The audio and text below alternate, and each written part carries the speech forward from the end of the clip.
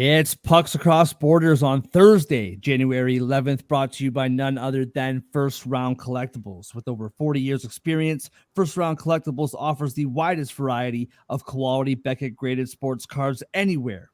Representing 10 major sports, First Round has all your favorite players from all your favorite teams at great prices. We are proud of our knowledgeable staff and top-rated customer service, and our reviews vouch for our integrity. Visit us today at firstroundcollectibles.com and find your heroes. And now, with the promo code SportsAddict, you get an additional 10% off any sale or non-sale items. That's the promo code SportsAddict for 10% off on firstroundcollectibles.com. That's the number one, STRoundcollectibles.com. First Round Collectibles, sports cards for sports fans. Yeah. Let's go. We just gotta go hard. I go the hardest. I bring the pain. Not what you used to. It's all part of the game. Yeah, I just gotta go hard. I just gotta go hard. Go hard. Go hard. Yeah. Oh yeah, the beast back. Adrenaline. And welcome to Sports Addict Live, Pucks Across Borders, Thursday, January the 11th. Thank you for joining us. Good to be here. Not a lot to talk about from last night, but a lot to get into this evening. I'm never going to get this right. To my right, I'm looking at the screen. You're on my right hand. It is what it is. You read his work on Gridiron Heroics, Winners and Whiners. You listen to him and watch him on Total Apex, talking about the NFL, talking about the NBA, and of course here, talking about the NHL. Andre, how we doing, man? Doing pretty well. Last night was not busy for hockey, but busy for sports in general. I had a pretty good one. So doing pretty well. Glad to be talking to both of you again. Congratulations on your parlay win. I guess our parlay win, or if you're selfish like me and go after the 60-minute Philly line, we'll get into that a little bit later, but congrats. And at the bottom of your screen, you read his work on Gridiron Heroics. Millions, trillions, billions of views on his wonderful work. Lots of writing this week in the NFL. John, how are you, man? Good to see you. I love the hood, by the way. I don't know if you like cut your head shaving or like what the deal is, but it looks great. I want to say it's for a legendary guy that, stepped aside earlier today. I'm just going to say it's for that. So I'll just go for that I angle. didn't even click at all. And I'll also say we got so much ice to cover, it gets cold. So I need to be comfortable for this. He passed you the hooded baton, as it were. Indeed. That's so funny. All right, let's get right into it. Andre, we'll start with you, man. Like we said, not too much in the way of action in last night's game, but what was your takeaway from last night? We talked about the Avalanche. We talked about them, a little bit in revenge games, how they've been kind of weird lately where they're winning, but the process isn't exactly the greatest. There was obviously the 8-goal game against Florida over the weekend, and we were just wondering, which Colorado team was going to show up last night. And with one of their direct Western Conference competitors in their way at home before a long road trip, not only did they win, they shut out a really good team. And goaltending was the main concern for Colorado coming in. It's what everyone's kind of been picking on in 2024. They had allowed 16 goals in their first 3 games and then 3 in the Boston win. So it was, can they stop a puck right now? Does this team really care about the regular season? A lot of weird things about the Avalanche. And before they embark on this long road trip, they shut everyone up and they shut out Vegas and they earned 2 points that may be the difference in home ice come playoff time. They showed us what they're capable of when they want and need to win. Super impressive win. Many are saying it's their best defensive game of the year. I think you're talking about, do they care about the regular season? I think they're just like my Philadelphia Eagles and just tricking everybody, throwing everybody off before the before the playoffs. That's what I think. Don't think that at all. John, what about you, man? What was your takeaway from last night? My takeaway is kind of the opposite side of that game, being the Las Vegas Golden Knights. Getting shut out 3-0 in that game is a little bit concerning for me. I said yesterday that I knew I was risking the possibility of Vegas making me look very bad. Well, it came to fruition. Um, I'll say I thought it was a game Vegas needed to win. I mentioned yesterday they were 2-6 in their last 8 games. Now they're dropping to 2-7 in their last 9. Definitely a very concerning skid. I mean, kind of similar to the Kings. I think they'll make the playoffs and, you know, won't fall that far behind. But they're starting to lose ground on the top teams. I mean, just looking at the standings, our Vancouver Canucks are now up by 6 points in the Pacific. I don't remember them having that big of a lead ever in this point of the year. I don't. I'll have to fact check that one, but I don't remember it being that big in quite a while.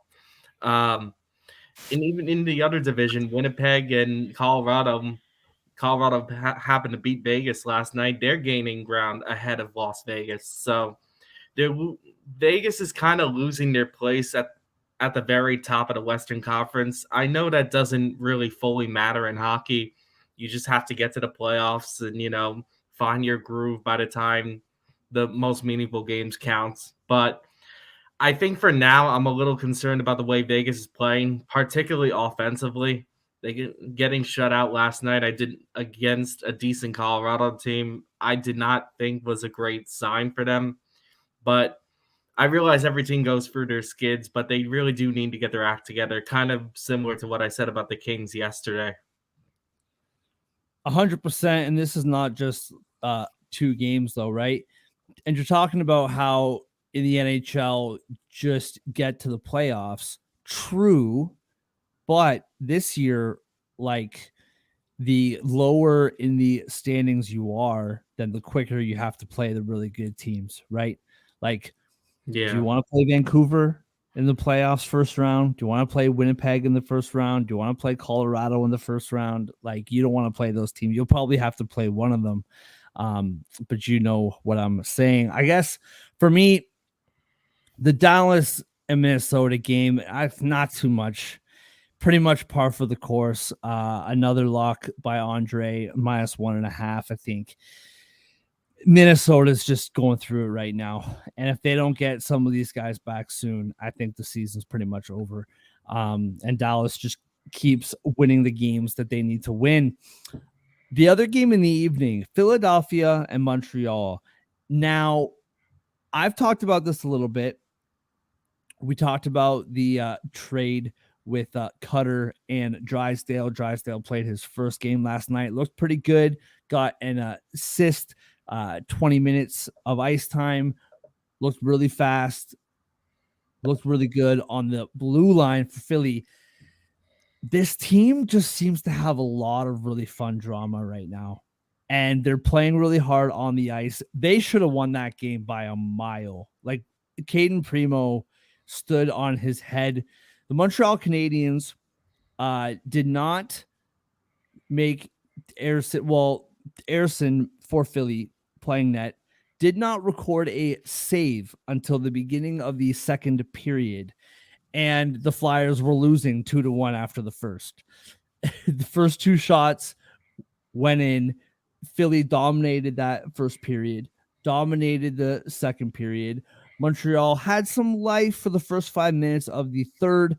The only reason that Montreal got 1 point there was because of Caden Primo. And Philly looked really good. And you have to watch the Philly broadcast, especially after, because Torts is back and he's on fire. I feel like the dramatics that come with Torts kind of took a year off a little bit. I don't really remember anything too much last year, but they're back and it's great. A blogger in Philadelphia reported that uh, what's his name? Kevin Hayes told Cutter Gauthier that he doesn't want to play for Philly. Their fans are awful. Torts is awful. You don't want to play there. It's a rumor and it's a lie. Most of us think. Well, Torts in the post game, he said, "Who is the guy that wrote that blog?" And the guy who wrote it was stupid enough to be like, "That was me." And Torts just lit into him. It was My God. awesome. Just swearing and just classic. It was great. Like, just I love it when he's mad. It's so entertaining. But the team's also playing really well, at least for last night. And that segues into my bad beat. And it was a bad beat. What is worse? I'll pose this question to my gambling friends here. Would you rather have a bet that is right but wrong, or just like absolutely wrong? Like, would you rather lose your bet by like 4 goals, or bet on a 60-minute line and your team wins but they go to overtime? Because that friggin' stung last night. That really stung. I'd rather just lose. I don't know about you, John, but I'd rather lose by 4 goals. yeah, I think I'd rather just I think the close ones are the ones that kill me the most. dead wrong is a lot better than just barely wrong. Exactly. It Then you think about that play or thing that could have been done differently for a long time. Well, and I had that bet on a single bet. So you do like a single bet, it loses. Okay, fine. But then with the parlay that we had last night, technically swept the parlay, technically, because on DraftKings, and I put this on the tweet after the show. On DraftKings, you cannot parlay a 60-minute line. So if you did it just the puck line on the same game parlay, then you won, as our boy Andre did.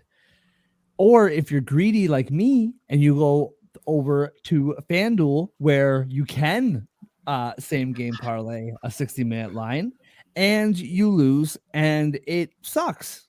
There's no other way to put it. And it was a bad beat, especially that third period. Philly, especially the last 10 minutes, Philly dominated. I think they literally hit like 4 posts in the last like 7 minutes of that game. Like, just heartbreaking.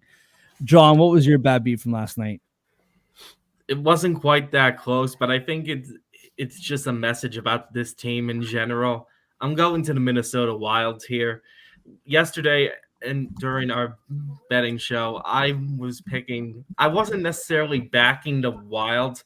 I just thought they would have a little bit better of a performance yesterday than they did the previous game, because it was a home and home against Dallas, and we all agreed Monday night they looked pretty bad with their injury situation. They just looked like they had no legs out there on Monday night, losing 4-0. So my take was, okay, let me back the under one more time. It hit on Monday. I figure it'll hit again and it'll just be a closer game this time. Well, except the problem was the Wild gave up 6 goals last night. So it's pretty clear the Wild just have no legs right now, no life out there to look that bad. To look that bad 2 games in a row against the same team, I think says a lot about the state of the team right now. And I wasn't stupid enough to bet the Wild to win last night, but I did think it was going to be another low-scoring game, except, closer. So I think I'm a little more disappointed than anything the Wild came out that bad. So I guess my bad beat would be the Wild Stars game managing to go over 6.5, despite the Wild only scoring 2 goals last night. So I'm upside down. I'm gonna figure this why this happened. I have no idea. We'll just own it. I'm not gonna hide from it. No idea. Looks very weird. So Andre, while I fix this, we'll go over what was your bad beat from the evening? You're just own the mistakes, John. Just roll with it. I don't know what happened, but Andre, what was your bad beat last night? Yeah. So even though I rode with the boys last night and personally bet on the Flyers to win, I on the show and just in my personal beliefs thought the Canadians would win. So when I saw them race out to a 2-0 lead in 11 and a half minutes, I was like, I just screwed myself. I should have just trusted my gut. The boys were right, though, because the Canadians proceeded to not score for the remaining, I'm good at math, I swear, 48 and a half minutes of regulation. They proceeded to not score during the 5 minutes of overtime. And they lost in a shootout. What was the score of the shootout? I don't think they scored in the shootout either. So after lighting the lamp twice in Philly to open the night very quickly, 2-0 lead, Canadians were in line for a win. They had every opportunity, even though they weren't playing well, and they just could not find the back of the net despite 3 shootout attempts, despite overtime, despite 2.5 periods of play to just luck into one. And one more goal wins them the game. So it's more of a pride pick, more of a pride bad beat because I lone wolfed that one. But Canadians do better. You were right there. Got to finish. At the very least, you ended up on the right side of that for your parlay. Yeah, you guys saved me. I'd be nothing without you guys. I would be homeless. Well, that's the thing. Like, teamwork. That's the thing, though, right? Is like last night, up 2-0, relatively quickly, and I texted both you guys like, "Well, the only way Philadelphia wins is if Montreal and our parlay hits is if Montreal doesn't score another goal," and it turned out to work out that way. All right. First game of the evening, and just straight up, I'm going to get us started on this game, and then I'm going to keep figuring this out because don't know how I turned upside down. Although Andre has my login, and I feel like I'm being punked. I feel like homie's punking me, John. It's just the power of the bad beats. It can flip your world upside down. Wow. That's very true. That's powerful. Yeah. All right. Ottawa, Buffalo. Ottawa is in Buffalo. This is one of those games when I was looking at these odds, Buffalo minus 125, Ottawa plus 105. I was like, I think both these teams should be plus money. Like, I think both of it should be plus. There should be no minus. There should be no favorite here. As I said, Buffalo minus 125, Ottawa plus 105. The over is 7 plus 105. The under is minus 125. Plus 1.5 on the puck line for Ottawa is minus 218. Buffalo minus 1.5 is plus 180. John, we'll start with you, man. What do you see in this game?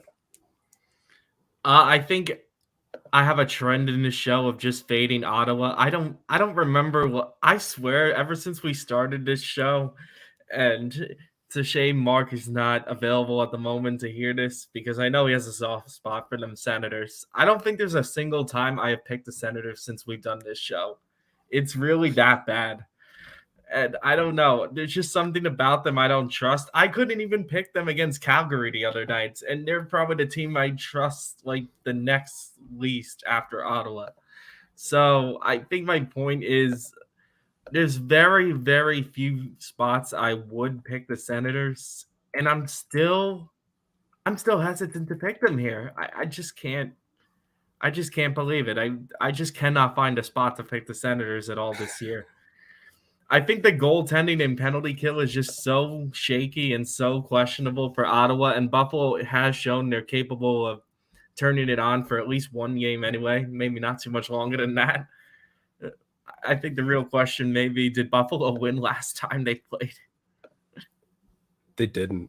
When these teams met in Ottawa, the Sabres lost 5-1. Oh, yeah, to Seattle, right? I think that's more reason to pick Buffalo here. They're not on a winning streak.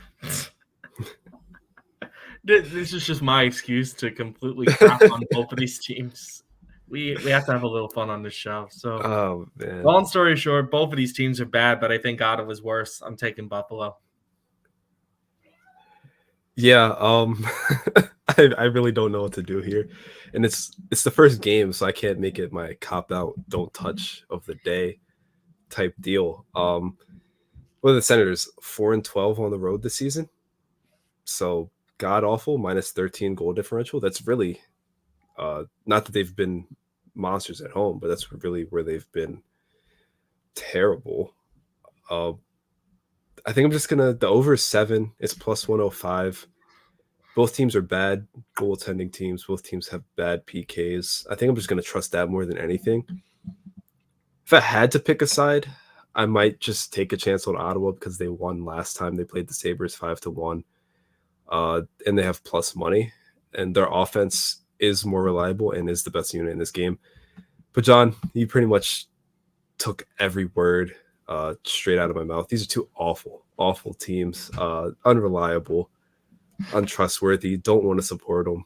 But rolling with Canada's little brothers, I'll say, the B teams in their provinces, has paid off for me lately. So Calgary gave me faith in Ottawa, and I'm gonna roll with the Senators tonight. Oh man, little plot twist there. Yeah, Nice. feeling bold. Maybe Ottawa has to win sometime while we do a show. Somebody has to win. Exactly. Allegedly. Allegedly. Yeah, they took the tie away in the 90s, or in the 2000s, so somebody has to win. I just gotta rock the old webcam, like just a little behind the scenes, boys. Literally, my camera just flipped, like not the actual camera itself, just my picture flipped upside down. I have no idea why. I gotta use the computer webcam now. Here we are. I can't help you. Don't know if that's ever happened. Ever to anybody. With regards to this game, yeah, I mean, listen, Ottawa 3-11 last 14. They've allowed less than 4. So in those 14 games, they have allowed less than 4 goals 3 times. They can't keep the puck out of their net. 10 out of those 11 losses, they've allowed 4 or more, which is just crazy. And I don't know what you guys said here. Ottawa can't keep the puck out of their net. That being said, Buffalo 7-8 last 15, not playing great, not awful, generally speaking. I think I'm picking Ottawa here too, though. I think, like I said, like they got to win eventually. I think Buffalo is Buffalo, and I don't know. I'm pretty perplexed about this team, as we've talked about. Like Ottawa has way too many talented players to be losing this many games. I think the fact that they can't keep pucks out of the net is very concerning. Especially Buffalo is one of those teams, like they can score 4 or 5 randomly. So it's not the most confident, but I would rather take Ottawa plus 105 than any other play. Also, I think the over. I know it's 7, but I can see. Can't you guys see this game being 5-4, 6-4, 6-5, even something outrageous? I can absolutely see that happening. All right, moving on. Anaheim is in Carolina. Hurricanes are minus 360 at home. Anaheim is plus 285. The puck line for Carolina minus 1.5 is minus 135. Plus 1.5 for Anaheim is plus 114. Over 6.5 plus 100. The under is minus 120. John, we'll start with you, man. What do you see in this game? I see a very high money line, so it makes me wonder if I can trust the Hurricanes in like a 2.5 spot, because even the puck line is minus 135 on DraftKings last I saw. So I get a little shaky in these spots. I think Monday or the other night was a rare day when I kind of liked it. And even then it was Tuesday, and I got burned by Edmonton in one of them. So most of the time I don't like doing these high puck lines. I think what I'm looking at is the total here, because like Carolina has gotten their goaltending together of late. Anaheim is not typically a team that scores a lot of goals. The over under though, it's surprisingly 6.5. I would have felt like it would be, I don't know. I know there was 8 goals in that Anaheim game, which is very surprising. But like normally Anaheim doesn't score that much. They're like a bottom 5 team in goals per game. I think the Nashville game was an outlier. I think Carolina can shut them down here. So I'm going to say under 6.5 would be my favorite bet in this game, mainly because I think the puck line's too high.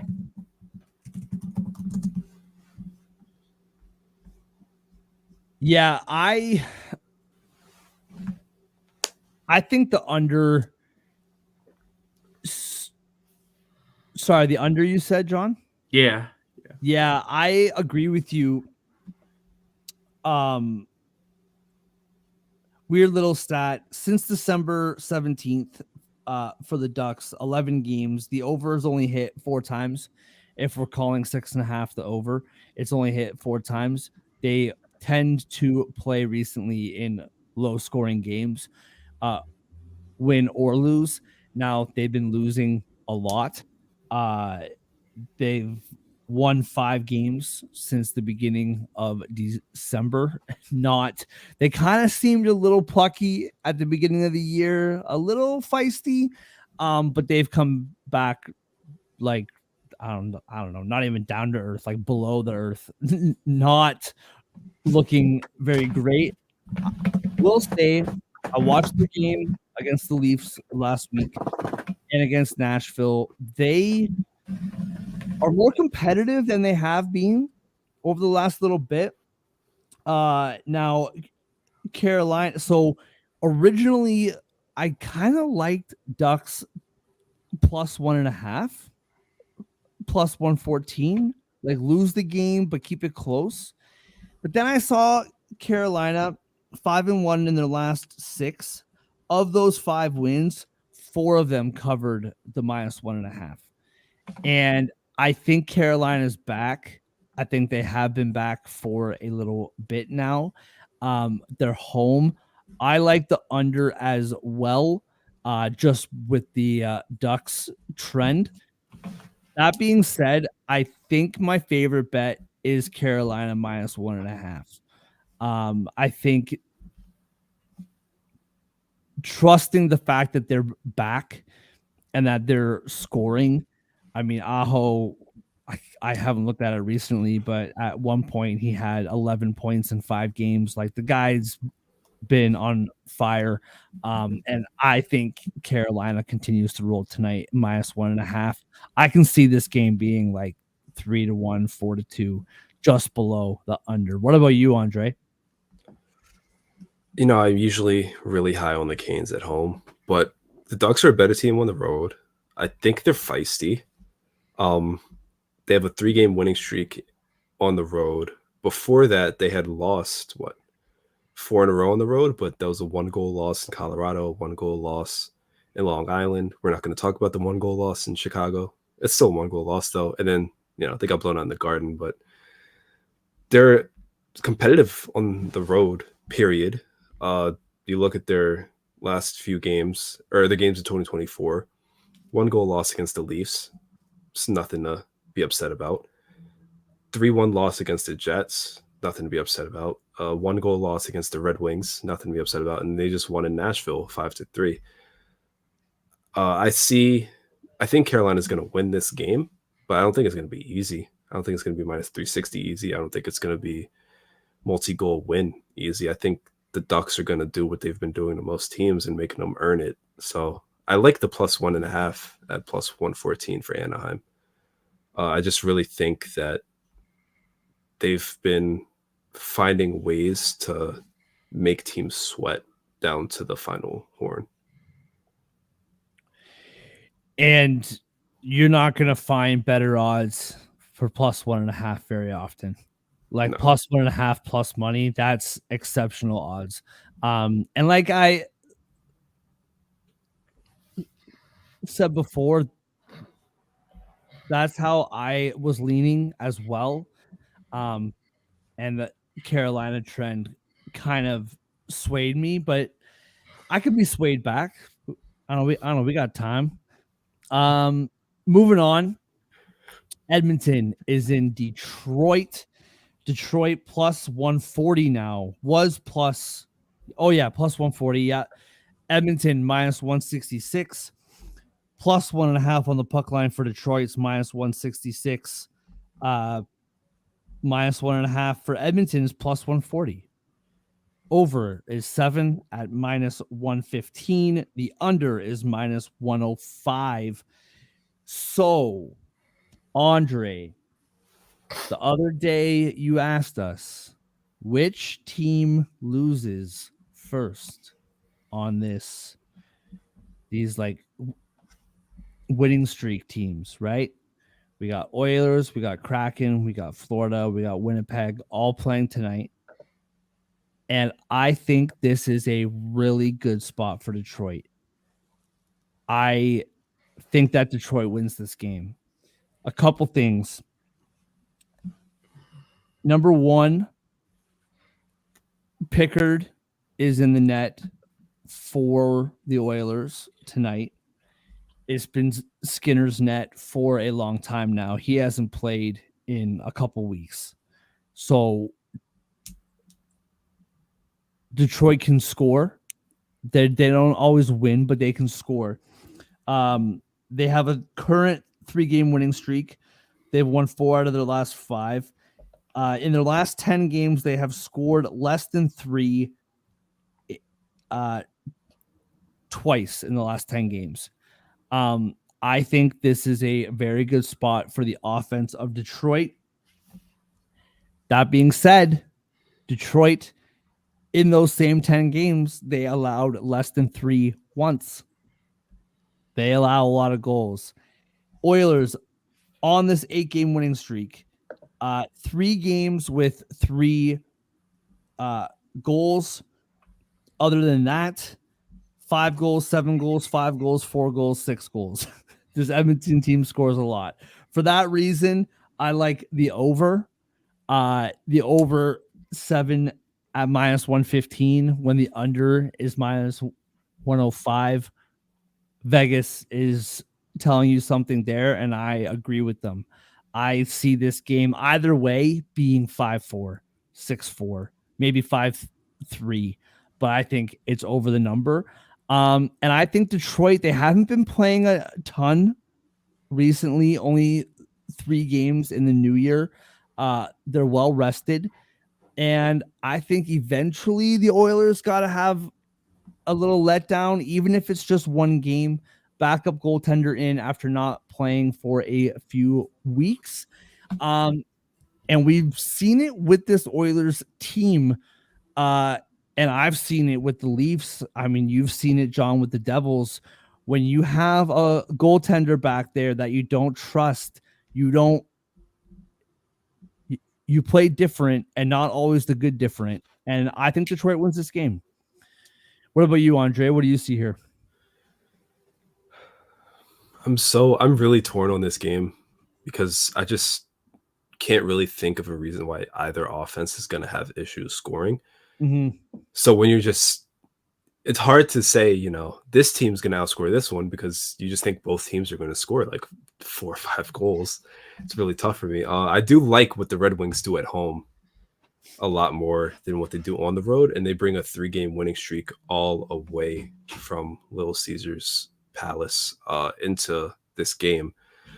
So that's a lot of momentum. It's a lot of juice, you would think. Going to be a packed crowd. Oilers only come to town once a year. People want to see McDavid. I think Detroit has a lot going well for them in this game, especially with the backup goalie in net. And the Oilers eventually are going to lose again, right? So I think the Oilers are really looking ahead. And it's weird to say about a professional team. I think they're looking ahead to playing the Maple Leafs next week. So this Detroit game and then the Montreal game they have coming up, I'm not going to say they're going to sandbag it per se, but I don't think they're going to be fully invested in it with the way they've been playing. They know they have a big measuring stick game and just a game that's going to have a lot of eyes on it game coming up. So I can see a trap in one of those two, and I think I'm going to lean with this one tonight. I think the Red Wings are going to win. I think it's going to be like a 5-4 game, though. It's going to be high scoring, and Detroit's going to pull it out because home crowd, they're playing well. There's just a lot to like about this Red Wings team right now. They're starting to resemble their old selves again. You said Little Caesars Arena, which reminds me, I haven't had the crazy bread in a while. Those crazy breadsticks, and I'm a sucker for those. And there's a Little Caesars like 5 minutes away, so I might have to grab some of those for the Leaf game tonight. John, is this a family play on Detroit, or are you once again going to disagree with us? You're making me hungry, man. First of all, definitely gonna have some. You don't even need the marinara sauce, bro. Just like you're making me hungry, dude. It's so good. Yeah. But to answer your question, yes, we're gonna have peace in this game. I'm pretty much in lockstep with both of you here. I think we touched on it like earlier this week. Andre really laid the preview out there a few days ago with which hot team is most likely to lose first. I don't know if the answer is going to be Edmonton by itself, but I think Edmonton is definitely one of them for me. I think this is a spot where they can trip. I didn't like the way they looked on Tuesday against Chicago. Mark, you mentioned this the other night with Edmonton about them having 15 shots in that whole game, something like that. Yeah, and they won 2-1 against Chicago. That tells me this is a team looking ahead and knows they can afford to play down now, which I don't like going into a game like this. Detroit, they've had some time to cool off during a winning streak. I don't know if that's a good or a bad thing. What I do like is the fact that they started a winning streak entirely on the West Coast, and now they're coming home to fans that, let's face it, probably were disgruntled in December, but now are probably happy again with the way the team's playing right now. And you mentioned it, Andre, with David coming to town, I could see that crowd being pretty hyped. I think this is a good matchup for Detroit as well. And it's rare I feel strongly about two separate bets in these games, but I do like the over as well. I'm not scared at the 7.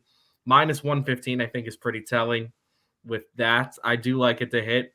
We're talking about the 6th and 7th ranked teams in goals per game. Detroit in particular is bad in goals allowed with 3.4, but Edmonton is going to have their goaltender in there tonight, so I like that for Detroit as well. Yeah, I think Andre's score hit the nail on the head, like a 5-4, 6-5 type of game. I see that as well. I'm rolling with you guys. Detroit in the over. I said 5-4, 6-4 too, John. So if I could get some credit, that'd be really great. Thank you so much. Both of you. I swear, Andre, this guy, him and me, man, I don't know what's going on, but what did you do to him?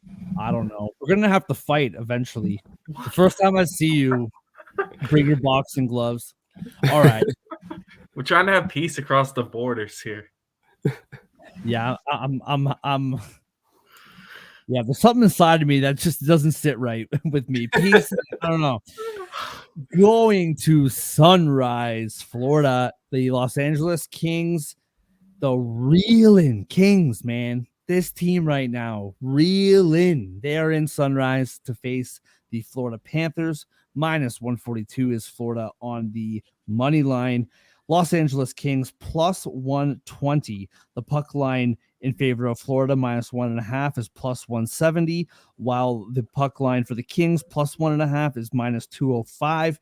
The over is 6 at -115, and the under is -105. John, what do you see in this game? The other day on my takeaway centered around the LA Kings and how much they've been struggling of late.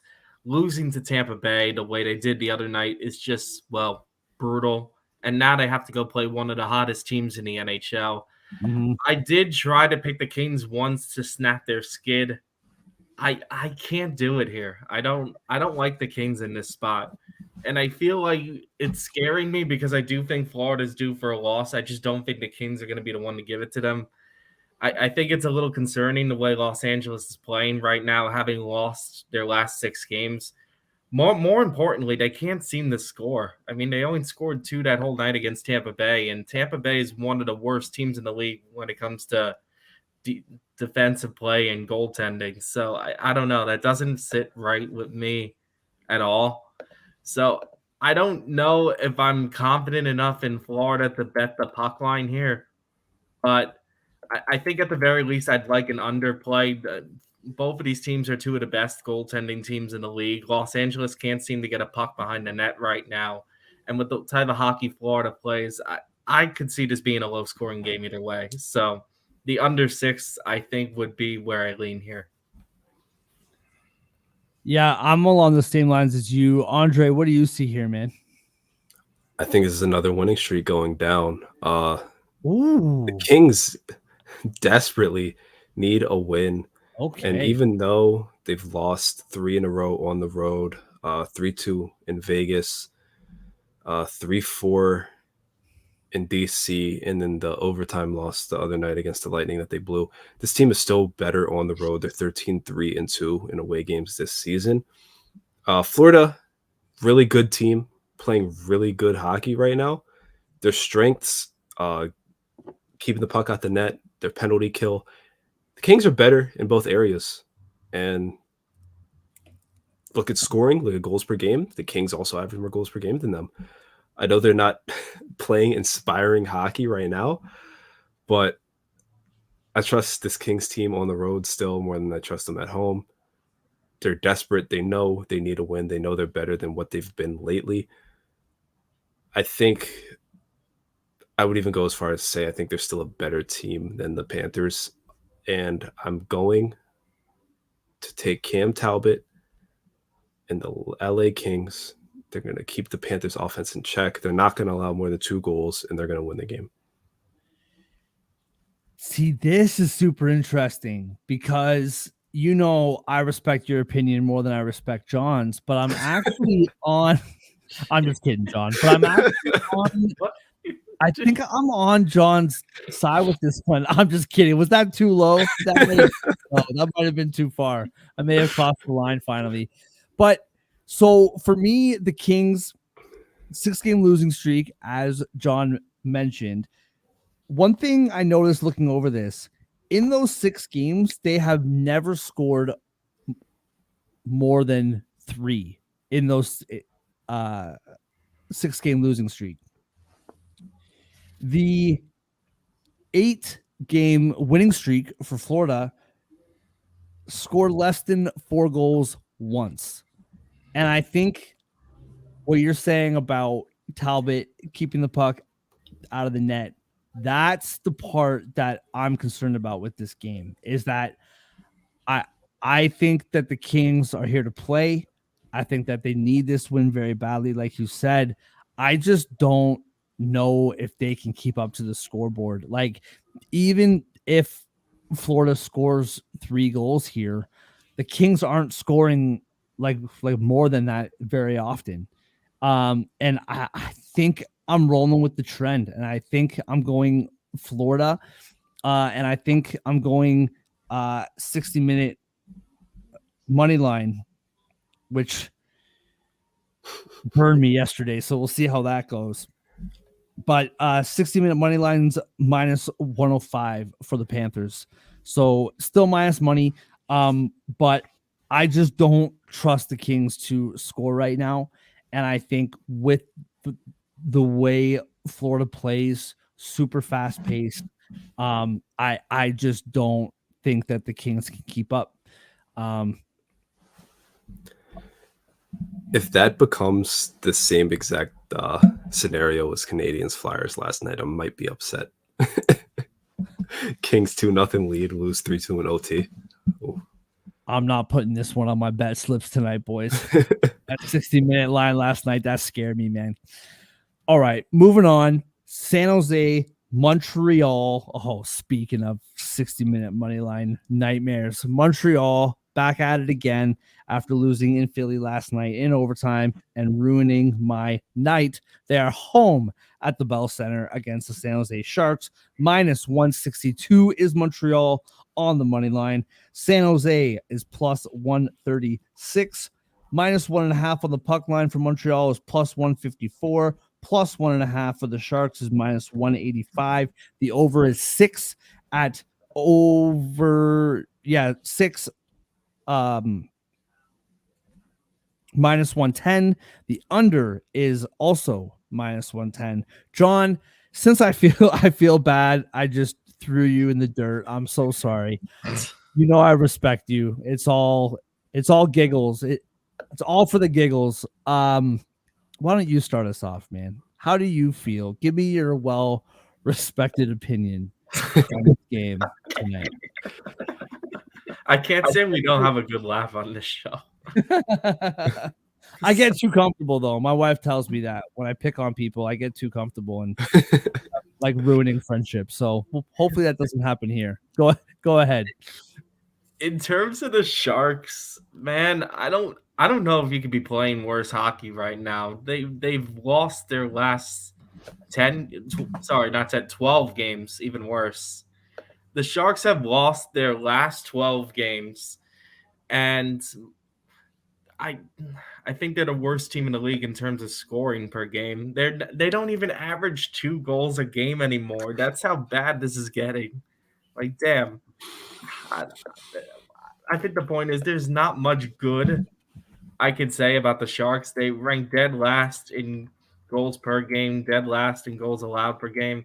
I think the problem is Montreal's coming off a very tough loss last night. They 3-2 in overtime. We've discussed this already. I won't go too much further on it. My point being, I don't trust either of these two teams. I really don't. So Montreal being minus 160. I don't care how bad the Sharks are playing.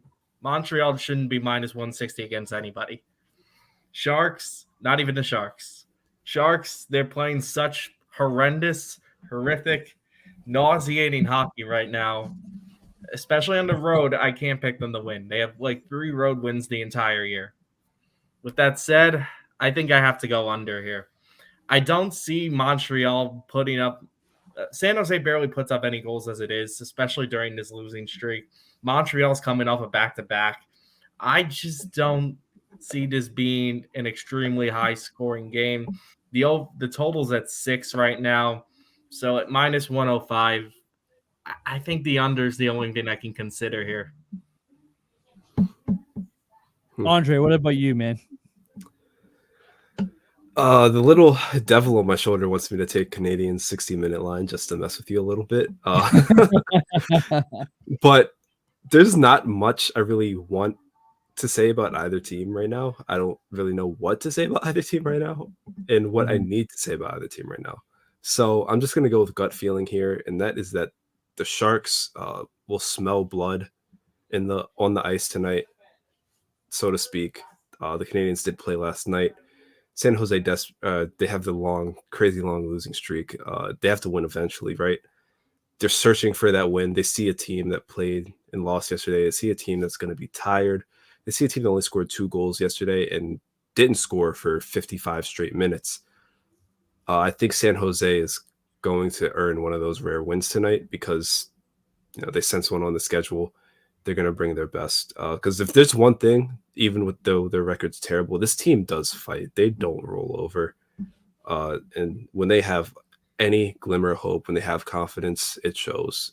And they scare teams. So I like the Sharks money line here. I'll take the risk.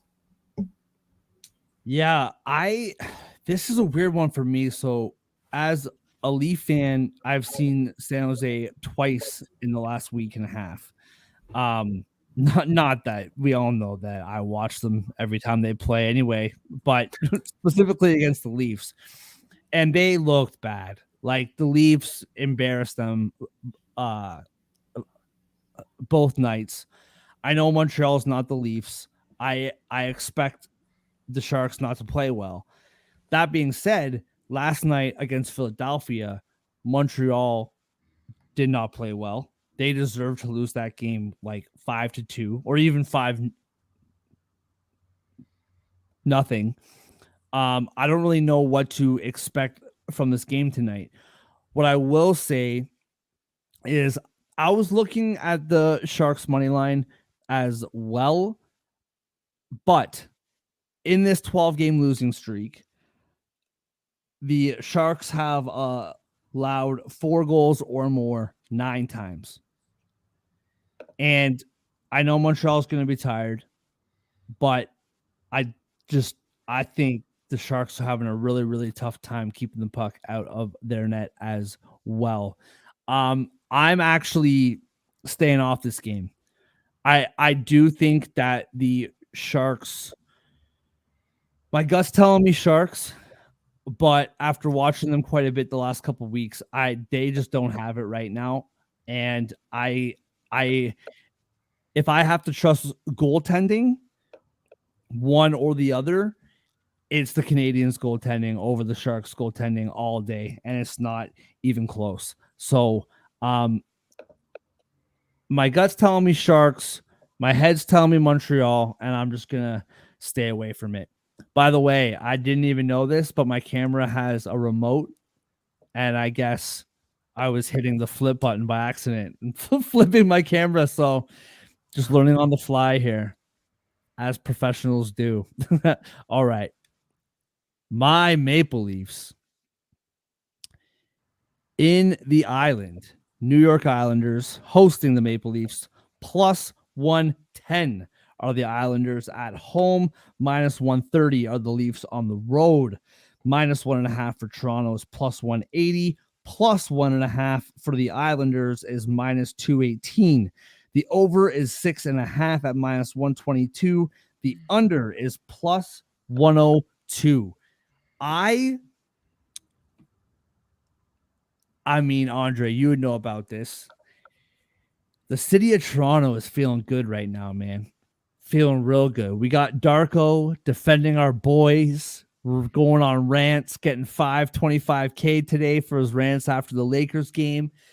Raptors fans and Maple Leaf fans too. We've been complaining about getting like no calls for years. And so to have a coach defend our boys and take a fine that he probably won't have to pay. We're all loving it. We're riding high. The Leafs, I know that they were playing the Sharks twice. I know it was the Ducks. I know they played the Kings, and the Kings weren't looking great either. Man, we're really not having good video video experience on today's episode. But this is the best that I've seen the Leafs play all year long. I know, like, they beat the Sharks 7-1 on Tuesday. And I've championed this for a long, long time on this show. I've said it 1,000 times. The Leafs, after a California road trip on a Tuesday night, they lose that game. They just do. They don't win games like that, or it's incredibly close. And once again, I know it's San Jose, but the Leafs played San Jose twice in the span of 5 days or 4 days, and they dominated every second of those games against the Ducks as well, and even against the Kings. I hate it because I'm getting sucked into it, and I still think they have work to do before the trade deadline. But this is the team that we expected to see in October. This is just the way they've been playing defense. Martin Jones is a hero right now in this city.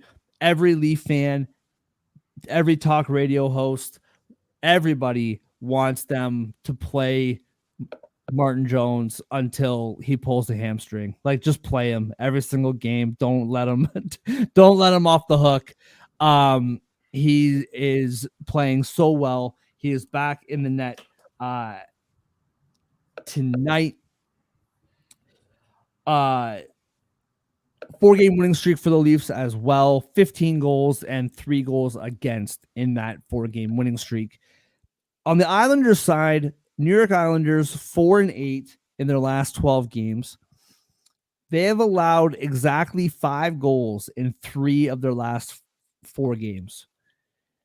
That's not a good recipe facing Toronto. You don't want to be in a position where you're letting goals in at that pace. That being said, and I don't have the exact statistics in front of me, you might, Andre. I remember the Leafs not. These games on the island are always close and they're always hostile. And it's always just every time John Tavares touches the puck, every like 90 seconds or so, everyone's booing. I like the Leafs money line. I want to take the puck line. I think statistically you should feel good about the puck line. But I'm taking the Leafs money line. I'm not going to get fancy with it, not getting cute, no 60 minutes, no nonsense. Just Leafs money line straight up. I would lean over, but I think I would just rather stick with the money line and keep it nice and easy. Toronto's just playing so well right now, and there's really no way around it. Their defense is really tightened up. It's amazing what happens when you have a goalie that you trust behind you in the net. John, welcome back, bro. We'll start with you. What do you see in this game tonight? Yeah, I apologize for the technical difficulties there. My camera's acting up a little bit today. I know the feeling. Yeah, I think it's just that type of day, man. Yeah. In terms of this game, I'm gonna try not to click on other tabs, so I'm operating a little blind at the moment. In terms of this game, I'm a little torn on it because Toronto's arguably been playing the best hockey they've been playing all year. Mark, I believe, said this before while I wasn't completely glitched out that Jones has been basically a savior for Toronto. And from what, as an outside observer, I'd agree. I mean, I know the feeling when you're getting all like very, very frustrated with the past goalie that you had. And I just feel like a team has to play differently when they're confident at who's behind them in net versus having someone extremely shaky and feeling like you can't let up even once. I don't know. I just think that's a mental thing. And Toronto just feels like they're finally comfortable. That makes sense. In terms of this game, the Islanders are pesky, so it makes me a little bit nervous to back Toronto in this spot. And Toronto's won their last 4. I'm wondering if they're going to be able to keep it up here. I think they're going to have a tough game tonight, but I feel like the Islanders are starting to go the other way. So I think this will be one of my lower confident picks, but I'm going to ride the hot streak with Toronto. Absolutely love it. By the way, we recalled Samsonov, so week and a half off. Boy. Didn't play any minor league games, just practiced. Apparently that's enough. Don't love it. Andre, what do you see in this spot, man? We doing another family play with the Leafs, or you have other thoughts? We're doing a family play on the Leafs here. I love the way that they're playing. They're one of those teams where I trust them just as much, if not more, on the road. And like you mentioned, the Islanders aren't keeping the puck out of the net. You can name so many players on Toronto that'll make you pay if you give them a golden opportunity. I really like Toronto in the spot. I like the 60-minute line at plus 110 a lot. I think they lost last time they were in Long Island. That was the OT game, the Tavares 1,000-point game.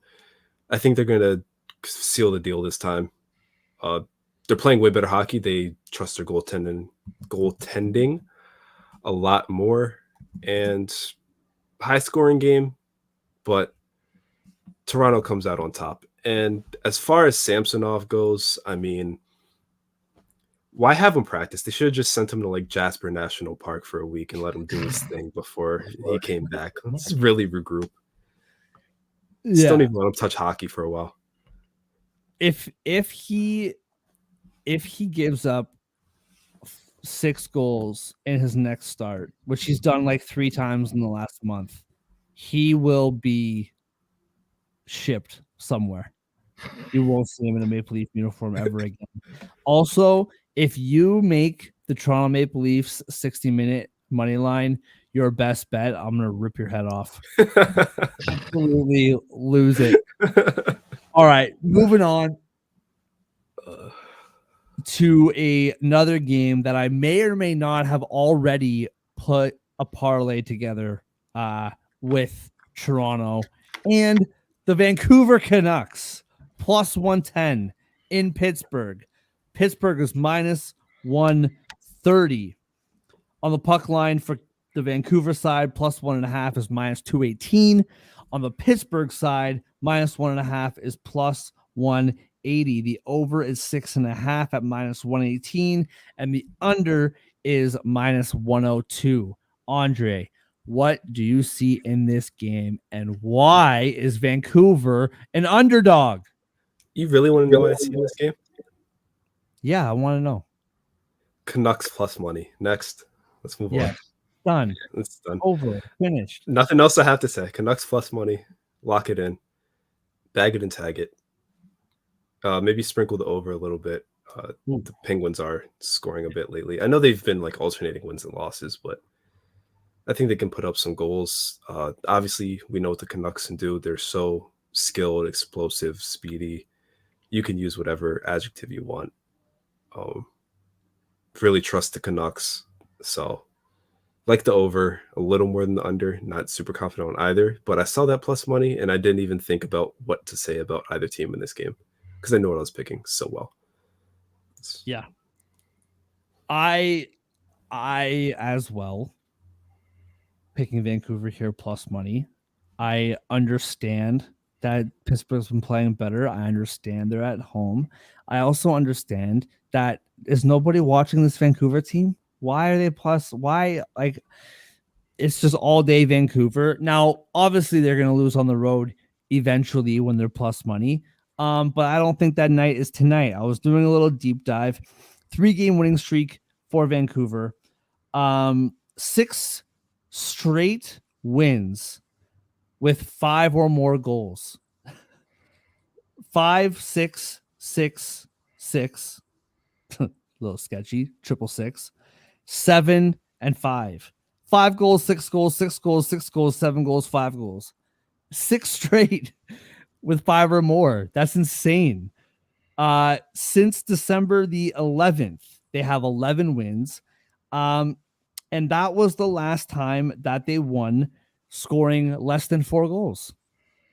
This team just scores goals on a lot of them every night.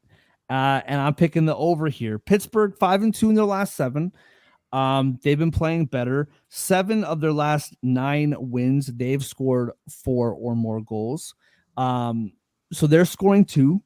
I think the over at 6.5 is pretty comfortable, to be honest. I think, 5-3, 5-2. And I like Vancouver. And if we're going to be like,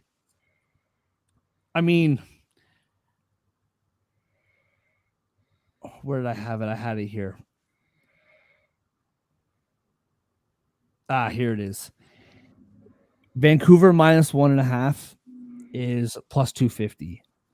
And I think that might be getting a little bit greedy, but you're telling me that you don't see this team winning this game 4-2, 5-3, 6-4. I can see Vancouver winning by 2 goals here, and plus 250 is pretty tempting to me.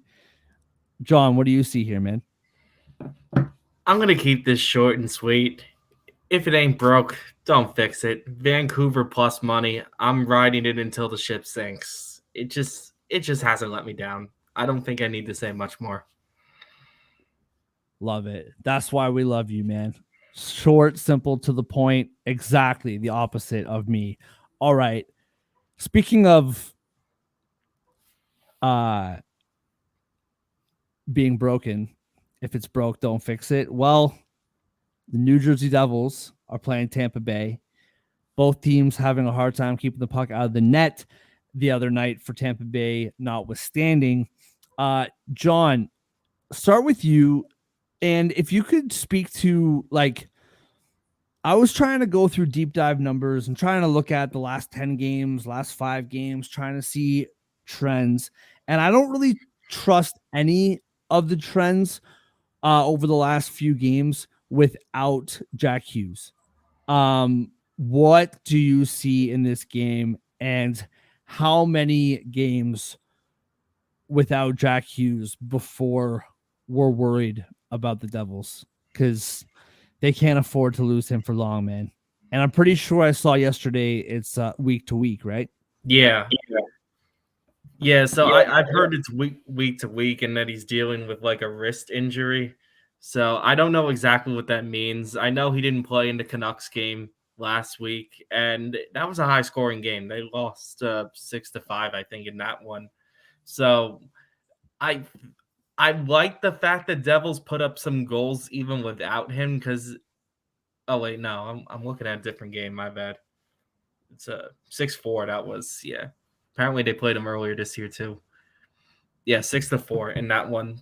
Well, I like the fact they put up some goals even without Jack Hughes, because during the first time Hughes went down, it took like 2 weeks for the Devils to get any goals without Hughes leading the way. I am concerned about him being out a long time. You have to hope there's no setbacks if you're a Devils fan. I would say for me, the deadline is like All-Star break, because I think that's the first week of February. If he's not back by then, I might be in full panic mode. I don't think the Devils can do much without him.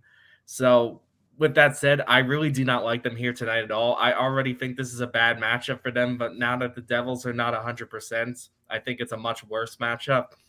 I think normally the Devils are a guaranteed over or almost a guaranteed over, but without Jack Hughes, that's off the table, in my opinion. I think that's way too shaky without him.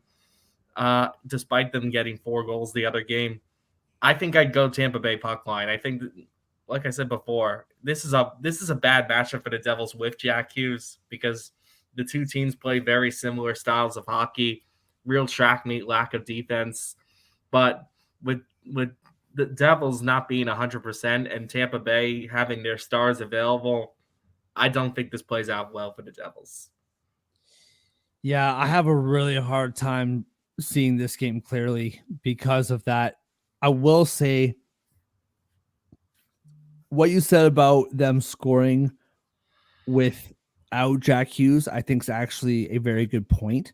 And they're playing Vancouver, which is no defensive slouch. Yeah.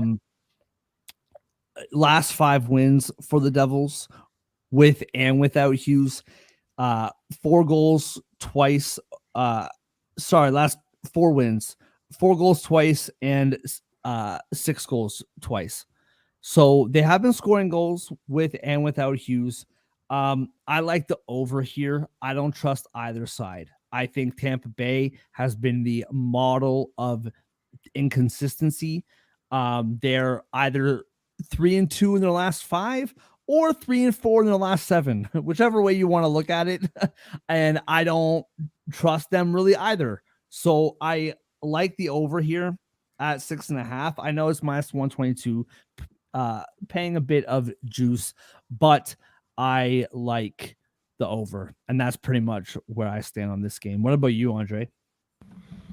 Yeah, I still very comfortably like the over even without Jack Hughes, because as much as it's Jersey's game to score a lot of goals and give up a lot of goals, it's also been Tampa's game this year. So I think the Devils will be fine offensively in this one. The issue with this game is not in Tampa. I don't see the Devils really getting many stops. The Lightning are 12-5-3 at home, plus Mhm. 13 goal differential, 31.8% on the power play, 83.3% on the PK. They're a much stronger team in Amali.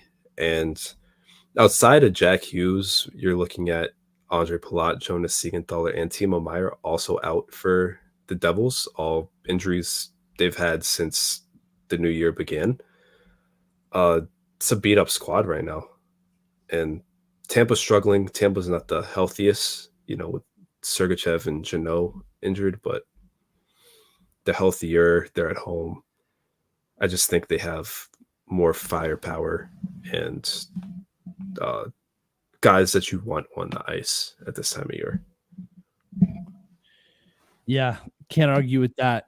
Moving over to Washington and another team on a winning streak. Seattle, 7-game winning streak. They are in Washington, like I said, minus 125 on the road, plus 105 is the money line for the Capitals.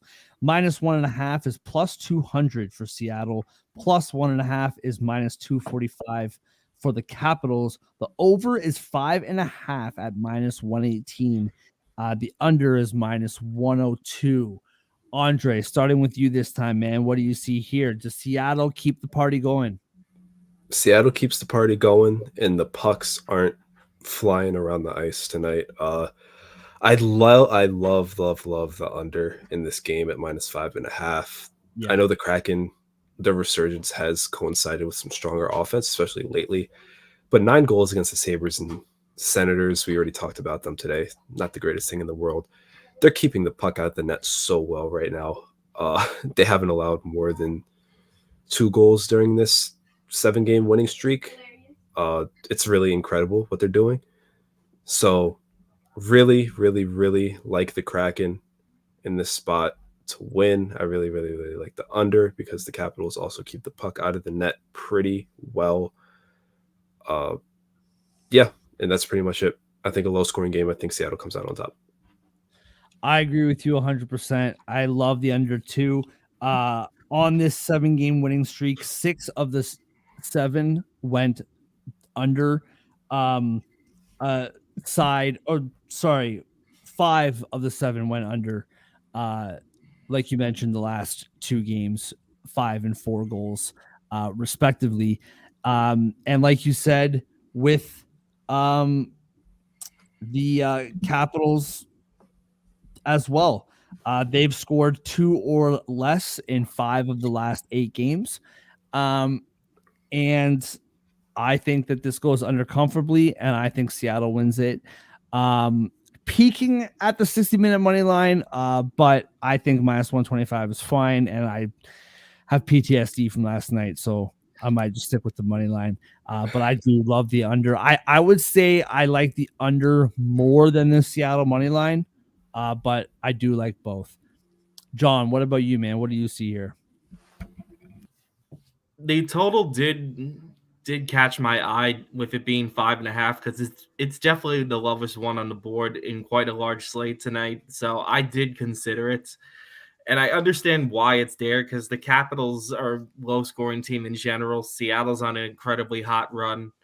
But I mentioned earlier in the show, I feel like some of these teams are due to lose, Edmonton being one of them. But I think I'm going with a second team here. I'm picking Washington in an upset. I think the discussion a day or two ago about certain teams, which ones are likely to lose first, I don't love this spot for Seattle. I know they don't give up a lot of goals during the streak, at least, but Washington's kind of a pesky team once in a while. They're generally a team that plays good defense, solid goaltending. I don't I think Seattle's playing up right now, and I just don't buy that this is the team they are. You know what I mean? I think they're due for a game where they slack off a bit. And against a team like Washington, that's a solid goaltending team, I'm not sure if they have as much room for error as they normally do. I feel like this is a game where kind of checks and balances play out.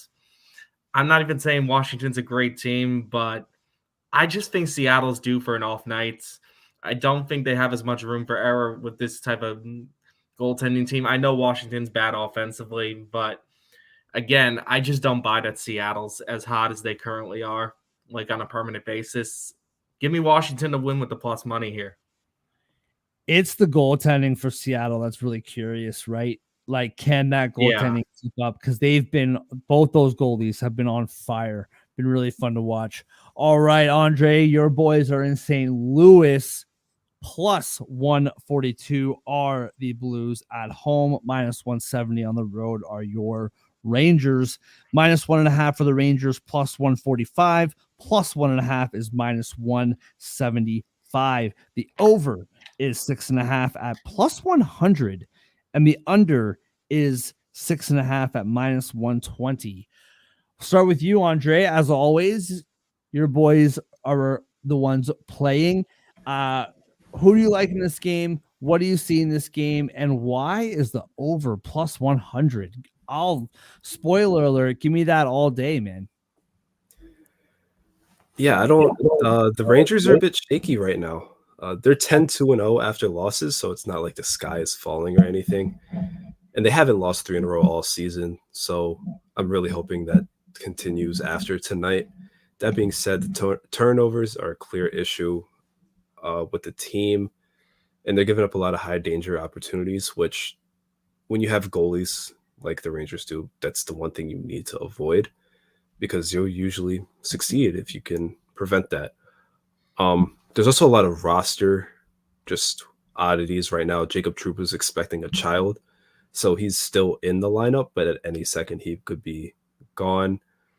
Capo Caco's practicing again. He's still not healthy. They switched the lines up, so Will Cooley is going to be on the first line now. Blake Wheeler dropped back down. There's something else. Oh, Filipino's still out, obviously. There's just a lot of strange things going on with the roster. I think they're trying to find a spark, trying to find some consistency. I think Laviolette's trying to send a message. And I'm hoping it gets through tonight. I'm scared because the Blues are a good team at home. I love picking them at home. But the Panthers just beat them 5-1 at home on Tuesday. I'm hoping something similar happens in this one, where St. Louis's lack of offense and lack of power play benefits the Rangers. So I think I'm going to take the Rangers puck line here. I think special teams in defense is going to shine for New York, and they're just going to get enough goals to win by multiple. I think the PK really is going to spark the team. I would even go as far as to say I expect a shorthanded goal tonight. The special teams is a massive disparity between these two teams, right? Huge. Yeah, I mean, with regards to Trouba having a child, I mean, the night that we came home with my son, I played softball. So if he has any competitive juices at all, he'll just get over it and buckle down. Play a game, it's fine. The kid will be there when you're done. Because beer league softball and the NHL are pretty close to the exact same thing. The pinnacles of sports. The over has hit for the Rangers in 7 out of the last 10. They are on a 2-game losing streak, 1-3 in the last 4. However, before the 2-game losing streak, 7-10 in the previous 10 before that. I know that they've been inconsistent. I know that it's been a little bit shaky, and like you said, with the roster. But the Rangers are still a good team, and they haven't been playing as bad or inconsistent as the last few games would tell us. I do like the Rangers in this spot. I really do like the over. I know St. Louis 7-4 in their last 11, and the under has hit. If we call the under 6.5, the under has hit in their last 6 games for St. Louis. So that is a little bit concerning with the over. But I like the over here as my favorite bet. I would take a peek at the puck line. I think the under is a better play for me. I think the 60-minute line is a little bit tasty as well. But for my full confidence, it would be in the over, but I do like New York winning this game. John, what about you, man? What do you see here? I like the puck line here mainly because the special teams disparity is massive. The Rangers have one of the top power plays in the NHL. The Blues, one of the worst. The penalty kill is pretty solid on the Rangers end as well. It's an interesting take about them possibly getting a shorthanded goal tonight. I wouldn't rule that out given the disparity here.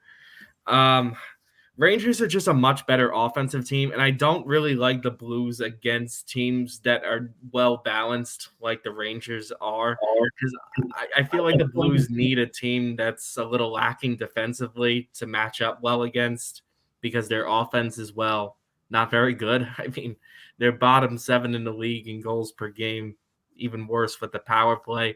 I just don't see how they get going against this Rangers goaltending, against this Rangers defense. That's quite frankly one of the more well-balanced teams in the league. I mean, I just think it's a bad matchup for them. So plus 145 on that puck line, very tempting. I think that's the play I'd roll with in this game. Moving to one of my favorite teams to watch in the NHL right now, Chicago in Winnipeg. And Winnipeg is one of my favorite teams to watch, by the way. Don't get it twisted. Not Chicago. Minus 395 for the Jets at home, plus 310 on the road for the Blackhawks, minus 1.5 on the Jets puck line, minus 148, plus 1.5 on the Blackhawks puck line is plus 124. The over is 5.5 at minus 115, and the under is minus 105. Very simple. Chicago 2-8 in their last 10. No Bedard. Winnipeg 7-game winning streak. 15-3 since the beginning of December. This team is absolutely rolling. Not breaking news to anybody. One of, if not the hottest team in the NHL, right up there with Vancouver. They have, so in those 18 games that I just said, since the beginning of December the 2nd, I believe, they're 15-3, like I mentioned, in those last 18 games. They have scored less than 3 goals 5 times in those 18 games. I don't know who's in net. I don't think Mrazek is in net for Chicago. Maybe you guys see it there. I think they scored 5 goals against Columbus the other night. I think they score 4 or more goals again tonight. I think Winnipeg puck line minus 1.5 here is the absolute play. Now it's at minus 148. I would look at the minus 2.5. I think Winnipeg over 4.5 goals is more what I'm looking at. I have the odds here for it. Give me 2 seconds. Over 4.5 is plus 150 for Winnipeg. And I really like that bet tonight. I know it's a little rich, but this Winnipeg team is just rolling right now, man. What I will say, Chicago, they've been competitive. Like that game against the Oilers, man. The Oilers squeaked that one out 2-1. By the way, we got 2 more games after this to cover, and we're just about at an hour and a half, so I'll keep this short. I forgot to mention with the bad beat, we picked the Oilers minus 2.5, and that ruined our parlay, right? 2 disallowed goals against the Oilers in that game that I forgot to mention. So an extra bad beat. I forgot to mention that yesterday. I know Chicago's been competitive, but I just think Winnipeg has just been playing so good, and I think they continue to roll at home tonight. John, we'll go to you, man. What do you see in this one? I think I'm just crossing my fingers that Chicago doesn't screw me over again.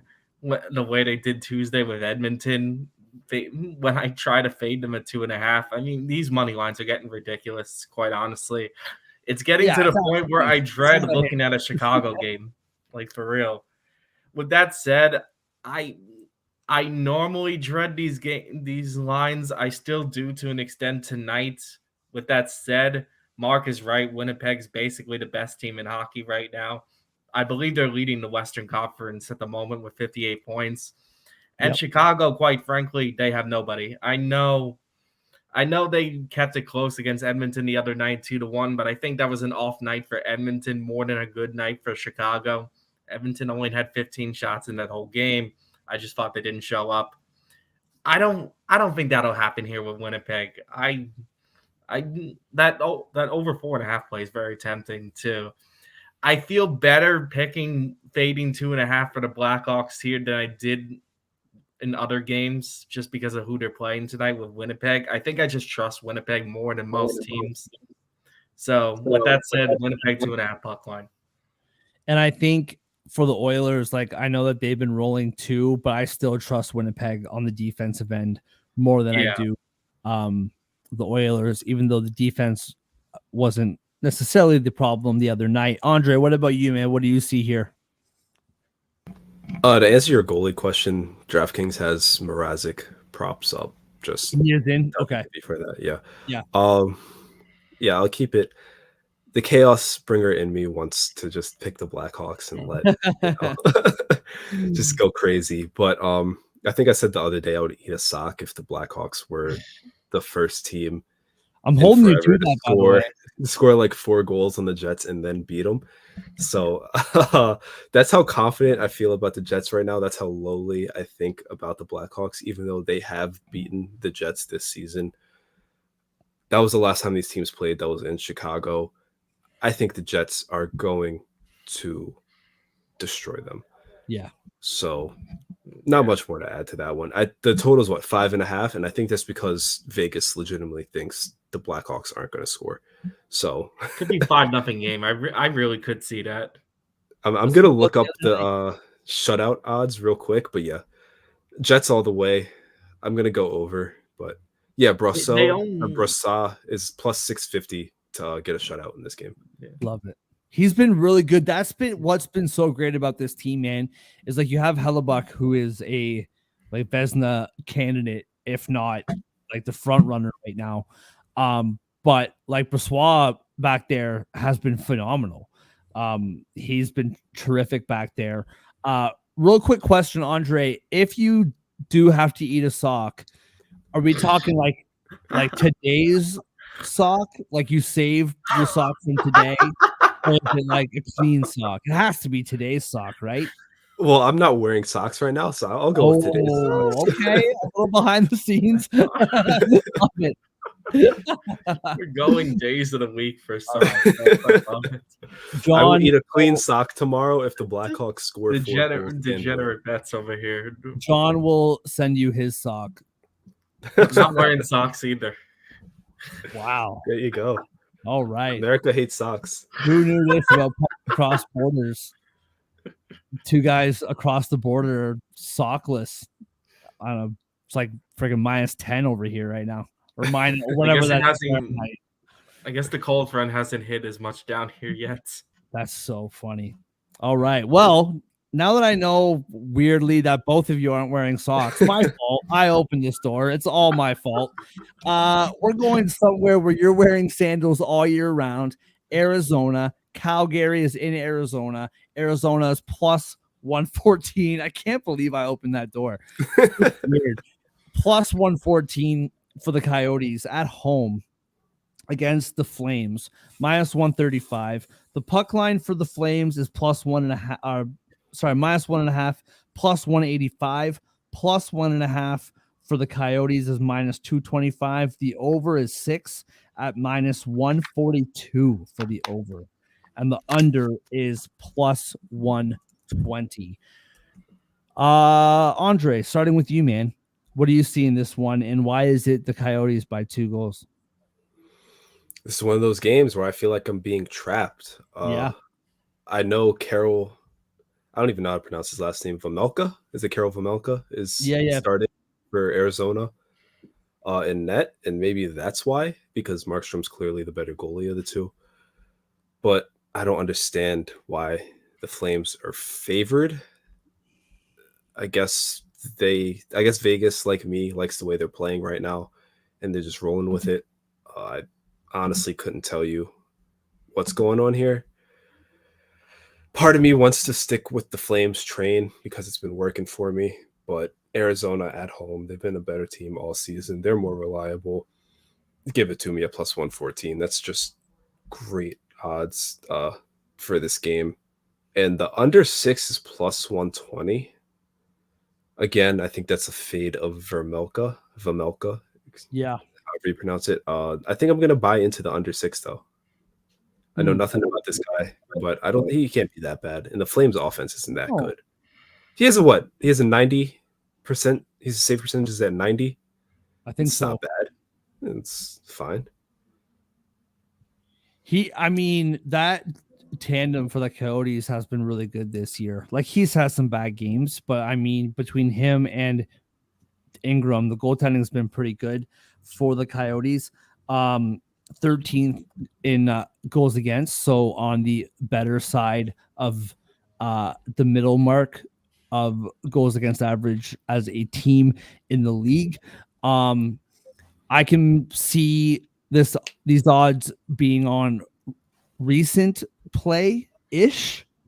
Like, Calgary has been playing much better. I mean, the Coyotes just beat Boston at home. The Coyotes are a very good team. They're a good team. Very good, might be a little strong. If we're talking for the whole year, this has been the Coyotes the whole year, man. They haven't really swayed. Like, they've been a steady team all year long, and I think they win this game. I was kind of joking about the -1.5 for the Coyotes, plus 225. And I can see the 6 being a push. I can see the Coyotes winning this game 4-2. I really can. I know that Calgary's been rolling over the last couple weeks, but that's not enough for me to take them at -135. No way. I like the Coyotes here too. John, what are you saying? This has to be the most bizarre money line on the board tonight. Yeah. I don't truly understand why Calgary is a road favorite in this one. I mean, I think we could all agree they're not a great team. I think while your camera was down, Mark, I was ranting to Audrey about how unreliable Calgary is. So it pains me to do this, but I'm still picking them. I'm picking Calgary mainly because the number is too bizarre for me not to. I mean, I think the way I look at it is Arizona was not much of a bigger underdog against one of the best teams in the league with Boston. And I felt like that was really good value at the time. And sure enough, Arizona won. But I'm feeling like this is a trap to take Arizona tonight. I don't know why. Maybe the sports books know something that we don't. The main arguments I could see is you guys mentioned a goaltender for Arizona, but Arizona's penalty kill is not great. It's under 79% for the year, I believe. The power play is a big advantage for Arizona. So if Calgary doesn't remain disciplined, I could see Arizona stealing it. That's the one concern I have. But Calgary does average more goals per game than Arizona in general. So if the sports books don't believe Arizona's goaltender is the real deal tonight, I might be able to see Calgary steal this one. I'm so nervous to make that pick too, because like I said early in this show, Calgary is just a team I don't generally trust. But I feel like this is just something I can't ignore. I would say with regards to the special teams, I think they kind of, if you're looking at pure statistics and not like, weekly trends or anything like that, I think they kind of cross each other out. Like the penalty kill for Calgary's top 10, and 7th, I believe, and the Coyotes is 10th on power play. 18th penalty kill for the Coyotes, but Calgary's power play is abysmal. So I can see that kind of canceling it out. But can't argue with anything. I do see, now that you both mentioned it, I do understand the goaltending differential here. But as far as team play goes, the Coyotes have just been much more consistent in my eyes. Last game of the night on this marathon of a Thursday, Boston is in Vegas. Vegas plus 10, 110 underdogs at home. Minus 130 is the Boston Bruins on the puck line, plus 180 for the Bruins. Plus 1.5 for Vegas is minus 218. The over is 6 at minus 122, and the under is 6 as well, obviously, at plus 102. Short and sweet for me here. Vegas is not playing well. And I think Boston's coming off 2 heartbreaking overtime losses against Colorado. And who was the other? Vegas, right?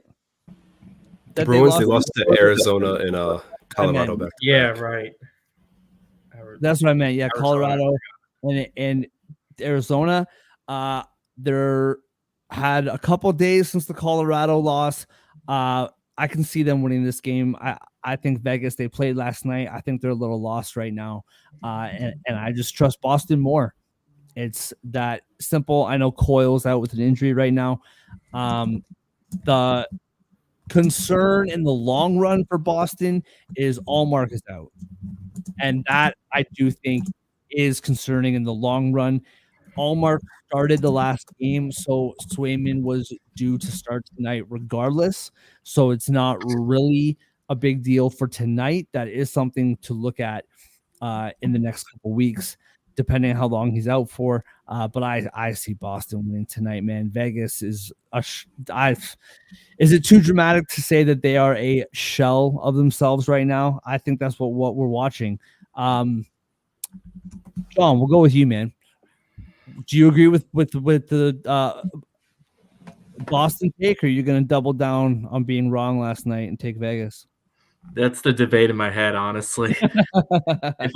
Because I feel like I'm giving Vegas one last shot here if I go with them tonight. One last shot to get out of this and show me I can trust you a little bit.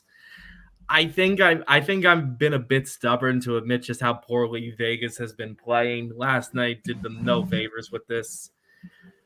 I see this as a game both teams need to win to an extent. Not for playoff stakes, but more for morale stakes.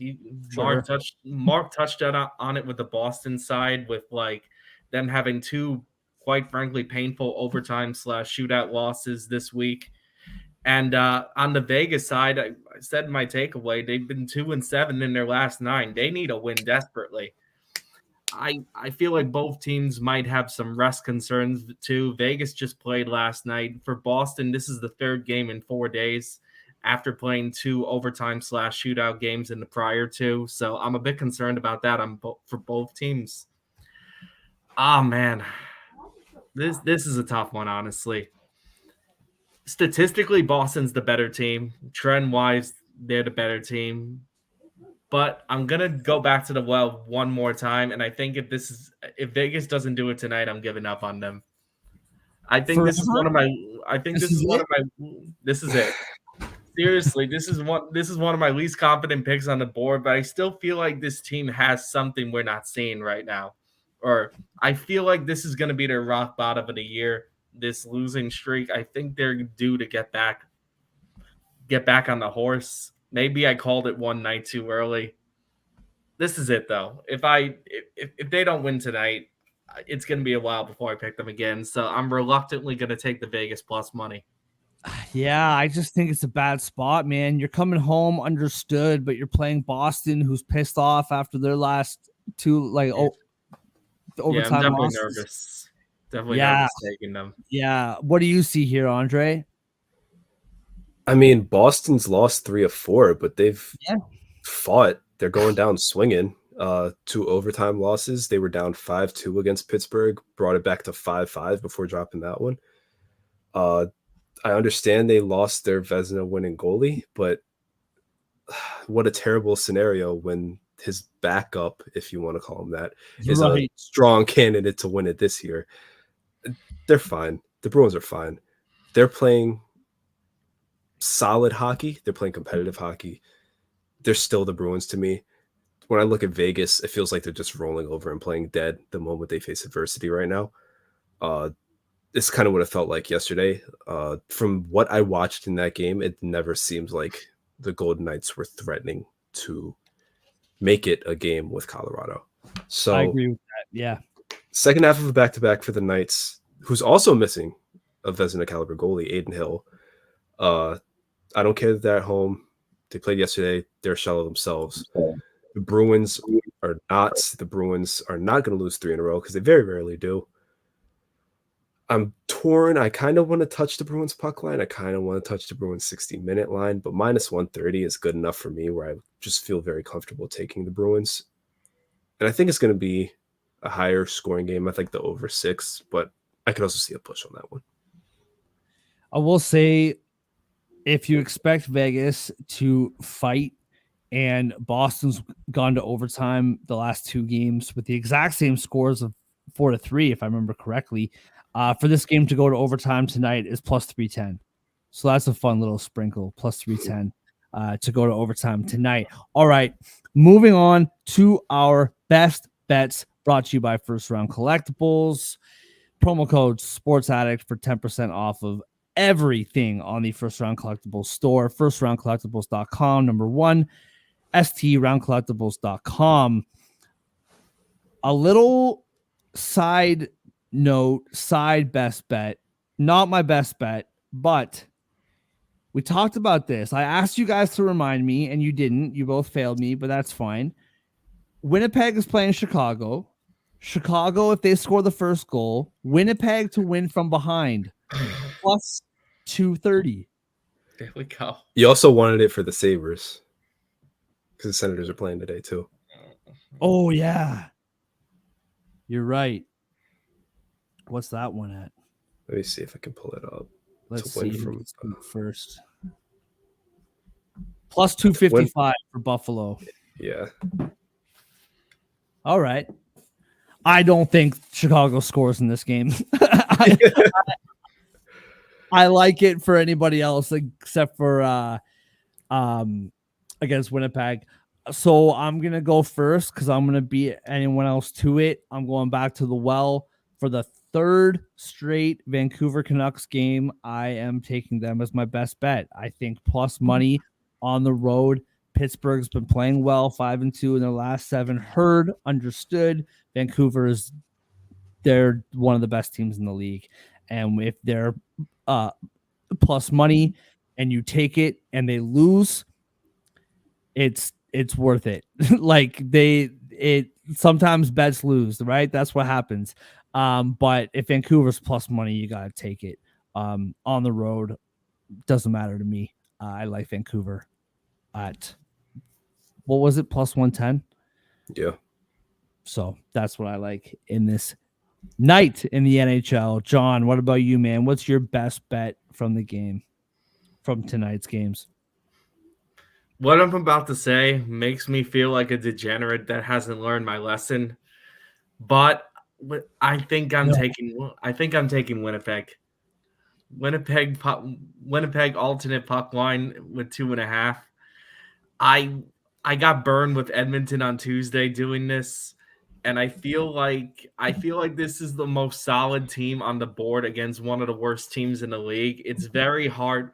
I swear I looked for an alternative of all the picks I just made, and I couldn't find a team I trusted more than Winnipeg. I was very close to going with Tampa Bay, but I just feel like Chicago got one of those close games. I don't think it happens a second straight time. Man, I got a lot to answer to tomorrow if this costs a parlay as well, but I'm going to roll with it. Winnipeg. Alternate puck line. When you said degenerate, I thought you were going to pick Vegas. And if Andre's I have about a feeling that's where you guys I don't think he will, then I apologize. But yeah, I was like, I am a degenerate, and it takes one to know one. And if you said Vegas, then I saw your guys' faces because I had a feeling you didn't think I was talking about Winnipeg. Yeah, I forgot you even said that. That was like an hour ago, so I forget. We had a long slate. I understand. Andre, what about you, man? What's your best bet tonight? Do I have permission to make it Toronto 60-minute line, or am I going to get booted off the show? I mean, it's our show, man. You don't need permission, but it's going to be all hell loose at I'm And between that and Kings money line, and I really trust the Maple Leafs. I'm take it. Let's go. plus You know what? 110. Let's We're gonna go. have 3 bets with plus 110 odds. I really like that synergy. We're gonna exercise some demons here with Love the it. 60-minute line. I'm taking the Leafs 60-minute line. Canada I'm pride. doing it. Absolutely love it. And 3 more Canadian teams. Is that the theme of the week? Look at us go. This has to be the second time we've done this, at least. And talk about degenerate. I got like a free casino bonus on one of the sports books I use, and I won $50 today on a slot machine. You want to talk about degenerate, John? So take that 50, put it on the Leafs money or 60-minute line. Just go all the way in, baby. Let's go. That's Absolutely exactly love what you got to do with it. Yeah. By the way, Mark, I forgot to tell you the Raptors kind of screwed me last night, but that's a conversation for later. Our parlay, Canucks money line plus 110, Jets alternate puck line minus 2.5 is plus 110, Toronto Maple Leafs 60-minute money line plus 110. The 3-pick parlay is plus 826 on DraftKings. Love it. Love it. You picked the Raptors money line? I did not. I picked the Clippers. Move. I picked the Clippers minus 10, and I had regrets about it. And then they went on that run in the fourth, and I was like, wow, like the Clippers might actually make this happen. It was the last leg I needed for a parlay. And then I was like, they're not going to make this happen. So I was smart. I hedged with the money I'd won earlier in the night. I used that on the Raptors to hedge it out. So I ended up positive still, but people hate on hedging. They say you should never hedge, blah, blah, blah. Listen, if you're watching the game and you're feeling a certain way, trust it and hedge, man. Yeah. That's a conversation for another day, but that argument drives me nuts. But you know what doesn't drive me nuts? 13 games in the NHL. Enjoy it all tonight. Don't forget, first round collectibles, promo code SportsAddict for 10% off. Good luck on your bets.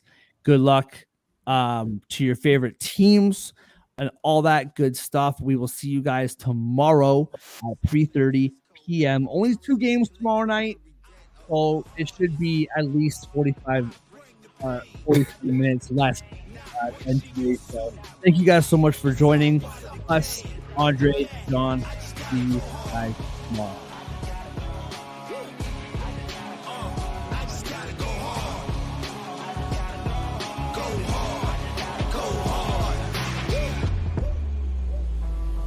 Go hard.